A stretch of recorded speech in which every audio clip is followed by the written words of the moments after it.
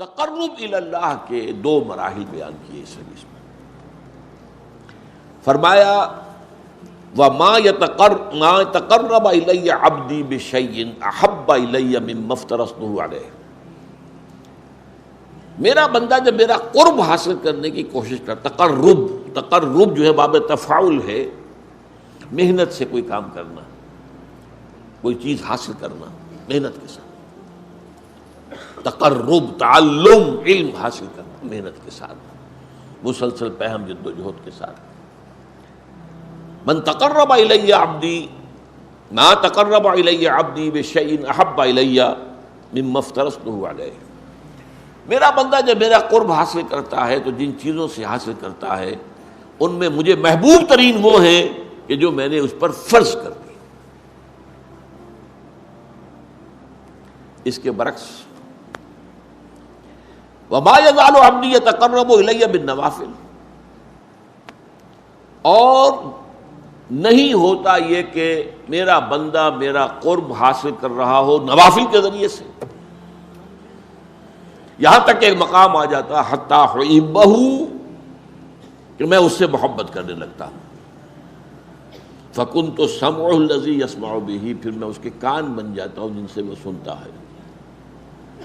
اب دیکھیے یہاں میں نے کہا تھا ہوشیار کے رہ بر دب تیغست قدم رہا، ہوشیار ہو جائیے. اب ایسا پل صراط کا مقام آ گیا ہے کہ ذرا ادھر سے ادھر ہوئے تو معاملہ خراب ہو جائے. اللہ بندے کا کان بن جاتا ہے. وہ بصرہ الذی یبصر بہ، میں اس کے وہ آنکھیں بن جاتا ہوں جس سے وہ دیکھتا ہے. اللہ اکبر، کیا مطلب ہے اس کا؟ کون سمجھے گا؟ وَيَدَهُ الَّتِي يَبْطِشُ بِهَا، اور میں اس کا ہاتھ بن جاتا ہوں جس سے وہ پکڑتا ہے. وَرِجْلَهُ الَّتِي يَمْشِي بِهَا، اور اس کے پاؤں بن جاتا ہوں جس سے وہ چلتا ہے. اللہ اکبر، اللہ بندے کے پاؤں بن جاتا ہے. یہ کون سا مقام ہے؟ اب ان دونوں میں بلند تر کون سا مقام ہے؟ دیکھیے یہاں بھی وہی بات آئے گی. میں نے عرض کیا ہے کئی دفعہ، جہاد کے 3 مراحل ہیں: نفس کے خلاف جہاد، باطل نظریات کے خلاف جہاد، اور نظام باطل کے خلاف جہاد. سب سے اونچا کون سا ہے؟ نظام باطل کے خلاف جہاد. اہم ترین کون سا ہے؟ نفس کے خلاف جہاد. ای الجہاد افضل، افضل ترین جہاد وہ ہے نچلا والا، پہلی منزل کا. اس لیے کہ پہلی منزل ہوگی تو دوسری بنے گی، دوسری ہوگی تو تیسری بنے گی. اسی طرح یہاں پر بھی وہی. اب اس کو فوری کنٹراسٹ کہیے، تضاد نہیں، لیکن یہ کہ فوری طور پر ایک کنٹراسٹ تھا سامنے آتا. سب سے محبوب تو ہے فرائض کے ذریعے سے تقرب حاصل کرنا، محبوب وہ ہے. سب سے بلند یہ ہے. اب اس میں پہلی بات تو سمجھنے کی یہ ہے کہ اللہ سے تقرب کے معنی کیا ہے؟ کیا اللہ کہیں دور ہے؟ وہ سیڑھی چڑھ کے جانا پڑے گا اس کے پاس؟ یہ تو نہیں ہے. وہ تو میں نے آیت آپ کو سنا دی، سورہ قاف، وَلَقَدْ خَلَقْنَا الْإِنسَانَ وَنَعْلَمُ مَا تُوَسْوِسُ بِهِ نَفْسُهُ وَنَحْنُ أَقْرَبُ إِلَيْهِ مِنْ حَبْلِ الْوَرِيدِ. ہم نے ہی انسان کو پیدا کیا، ہمیں معلوم ہے اس کا نفس اندر سے کیا وسوسہ اندازی کرتا رہتا ہے. یہ نفس امارہ، ان النفس لامارۃ بالسوء، we know it. ہم ہی نے بنایا نا. وہ ساری خواہشات ہم نے رکھی اس نفس کے اندر، وہ سارے اینیمل انسٹنکٹس ہم ہی نے رکھے ہیں نا اس کے اندر. we know it. کیا گھڑی ساز کو پتہ نہ ہوگا گھڑی میں کون سے پردے ہیں؟ لیکن یہ کہ وَنَحْنُ أَقْرَبُ إِلَيْهِ مِنْ حَبْلِ الْوَرِيدِ، ہم اس سے قریب تر ہیں اس کی رگِ جان سے بھی، سب سے بڑی جو رگ ہوتی ہے. تو اللہ تو اتنا قریب ہے، پھر تقرب کی کیا بنے؟ یہ بات غور طلب ہے. اللہ قریب ہے، ہم دور ہیں.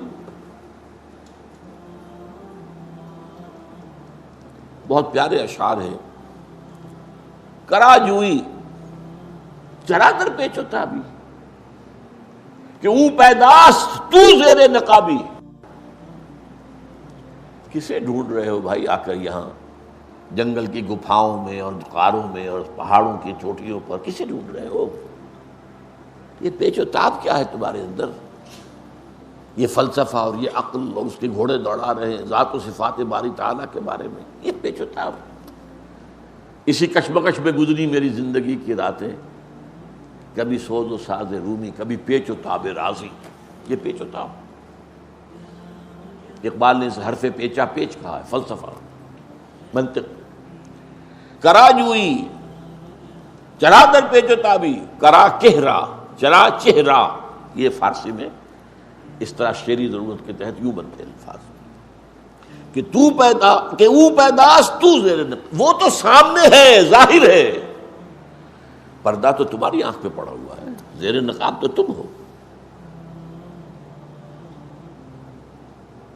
یہی وجہ ہے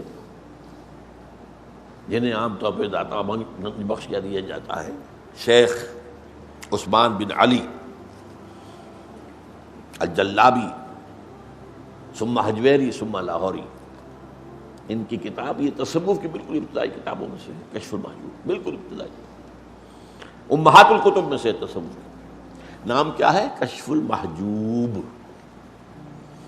حجاب میں ہم آئے ہوئے ہیں، وہ تو ہے، ہر جگہ ہے، وہ معکم اینما کنتم، تم جہاں بھی ہوتے ہو تمہارے ساتھ ہوتا ہے۔ اب یہ پھر بڑا خطرناک مسئلہ، اس پہ بڑی بحثیں، کیا اللہ یہاں ہے؟ وہ تو کہہ رہا جہاں بھی تم ہوتے ہو میں ہوتا ہوں۔ اب اس میں ایک تعبیر کی گئی، صفاتی طور پر ہوتا ہے کہ وہ ہماری ہر بات کو دیکھ رہا ہے، وہ کہیں دور بیٹھا ہوا، یہ ایک خاص تصور ہے جو اکثر کم سے کم جو بھی ذہن و فکر کی کوئی اونچی سطح رکھتے ہوں وہ اس کو قبول کرنے کو تیار نہیں ہے۔ اللہ کسی جگہ پر محدود ہے؟ نہیں۔ کیسے ہمارے صاحب نہیں جانتے؟ اس میں یہ ہے اصل میں جو بچانے والا راستہ ہے۔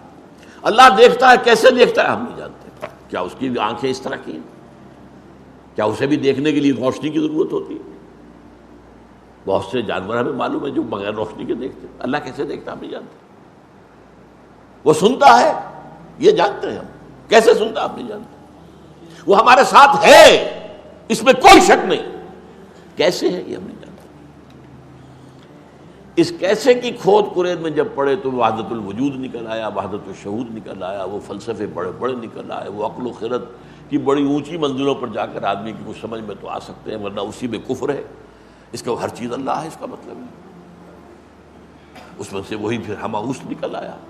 یہ سارے فلسفے انسانوں نے اسی سوچ میں تو نکالے ہیں۔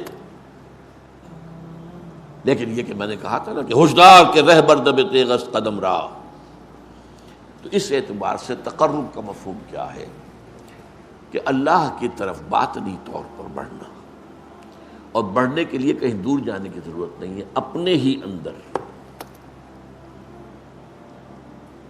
وہ جو میں نے بارہا آپ کو سنایا ہے شعر عبد القادر بیدل کا، ستم است گر ہوست کشد کے بسیر سرو تھمن درا، تجھے اونچا کم نہ دمی دئی درے دل کشا بچمن درا۔ بڑے ستم کی بات ہے کہ تمہاری خواہش نفس تمہیں کہے چلو بھائی ذرا باغ میں جا کے دیکھو، سرو سمن کی سیر کرو، دیکھو کیسے اچھے اچھے پھول ہیں، کیسا سبزہ ہے۔ ارے تم خود گنچے سے کم دمکتے ہوئے نہیں ہو، تم تو اللہ کی تخلیق کا کلائمیکس ہو۔ ذرا کبھی اپنے دل کے دروازے کھولو، اندر کا جو باغ ہے کبھی اس میں داخل ہو کر سیر کرو، کہ اپنے من میں ڈوب کر پا جا سراغ زندگی۔ تو وہ تو ہے، وہ کہیں دور نہیں ہے، تم جو ہے اس کی طرف متوجہ نہیں ہو۔ تمہاری ساری توجہ جو ہے دنیا کی طرف ہے، تمہاری ساری بھاگ دوڑ دنیا کے لیے، تمہاری ساری سوچ بچار دنیا کے لیے،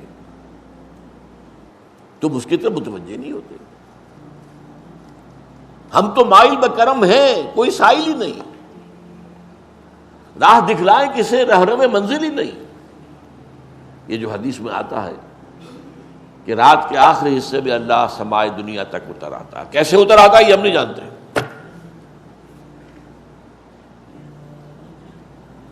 قیامت کے دن اللہ اس زمین پر نزول فرمائے گا. وجاء ربک والملک صفا صفا، میدان قیامت اسی زمین پر ہوگا. قصہ زمین برسر زمین طے ہوں گے. اللہ آئے گا. وَيَحْمِلُ عَرْشَ رَبِّكَ يَوْمَئِذٍ ثَمَانِيَةٌ، 8 فرشتے اللہ کے عرش کو تھامے ہوئے ہوں گے اور وہ نزول فرمائے گا.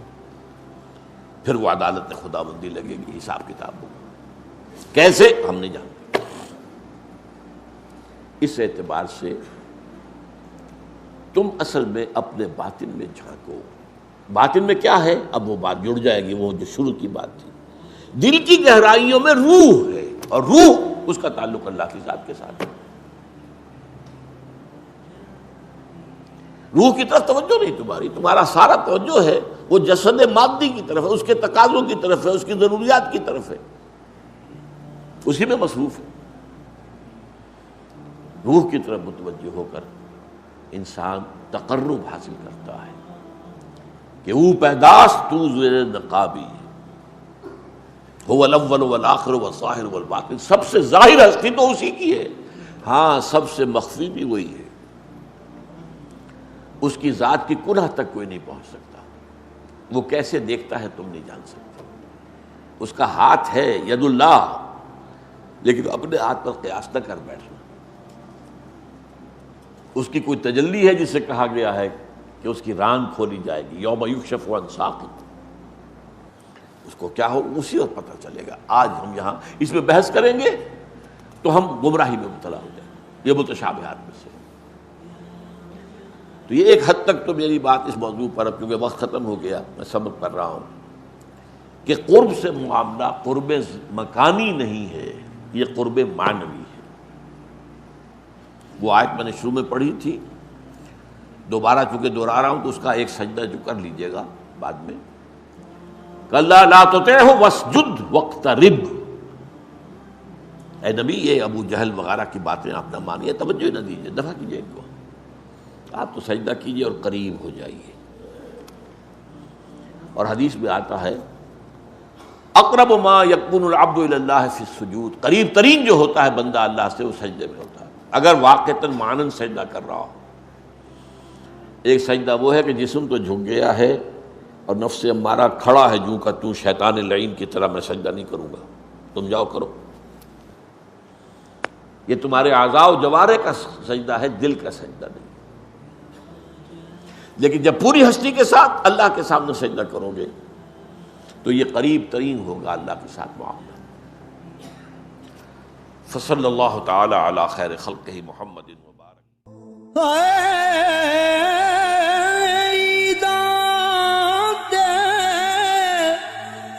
شب رات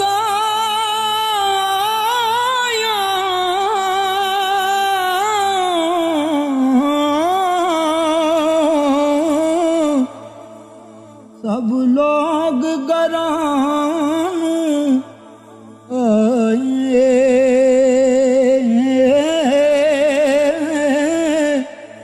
او نہیں آئے او پرت محمد جو آپ ہتھیں دفنا